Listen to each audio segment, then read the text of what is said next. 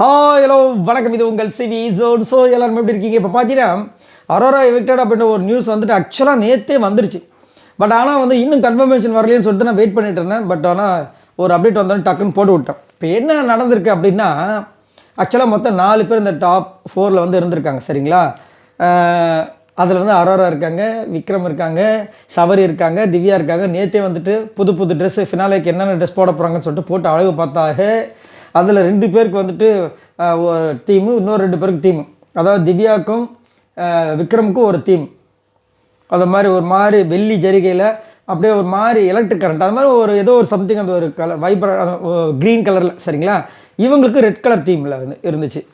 ஆனால் அதுலேயே பார்த்தீங்கன்னா திவ்யாவுக்கும் விக்ரமுக்கும் சம மாதம் இருந்துச்சு. இவங்களுக்கு நல்லா இருந்தது. ஆனால் அரோராவுக்கு பெருசாக செட் ஆகலை. அதையே வந்து கோடோட வச்சு டீகோட் பண்ணி ஒரு சில பேரில் அரோரா எவிக்டர் ஆக போகிறாங்க.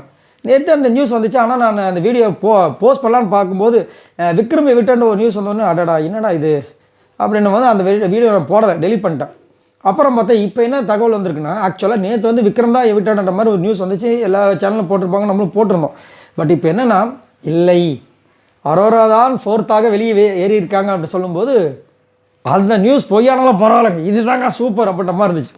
ஏன்னா உண்மையாக சொல்லப்போனால் இதாங்க நிஜம் அப்படி ஒரு டைலாக் இருக்கும். உண்மையாக சொல்லப்போனால் அதாங்க நிஜம்னு. இந்த 4 பேரில் அரோராவோட பங்களிப்பு அந்த பொண்ணுக்கே தெரியும்.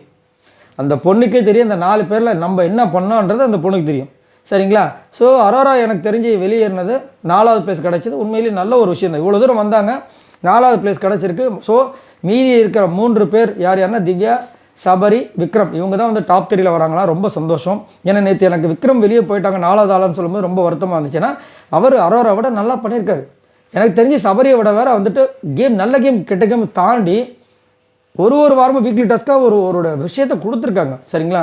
அப்படிங்கும்போது என்னடா இது இவர் நான் 4th வந்து வெளியேற்றி விட்டார்கள் அப்படின்ற மாதிரி ஒரு அப்டேட் வந்துன்னு ஒரு வருத்தம் இருந்துச்சு. பட் இல்லை, அவங்க உள்ளே இருக்காங்க. ஃபஸ்ட்டு வெளியேறினது பார்த்திங்கன்னா அந்த 4வது பொசிஷனில் அரோரா தான்ன்றது விஷயம். இப்போ என்னென்னா, அந்த ஒரு விஷயம் நடக்கும்ல, திடீர்னு பார்த்தீங்கன்னா ஆளுங்களை கூப்பிட்டு வந்து ஆள் பக்கம் வந்து டான்ஸ் பண்ணிட்டு திடீர்னு ஒருத்தவங்களை கூப்பிட்டு போயிடுவாங்க.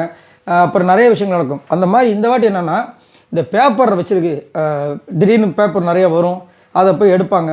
எடுத்ததில் ஒரு நேம் வரும். அந்த மாதிரி நடந்துருக்குல்ல, அந்த மாதிரி ஒரு சம்பவம் தான் அரோராவுக்கு நடந்திருக்கு போல இருக்குது. அதில் அரோராவோட நேம் வருது போல இருக்குது. அவங்க வெளியே வந்து எவிக்ட் ஆகுறாங்க அப்படின்னு ஒரு விஷயம் வந்திருக்கு. சம மாசான ஒரு விஷயம்.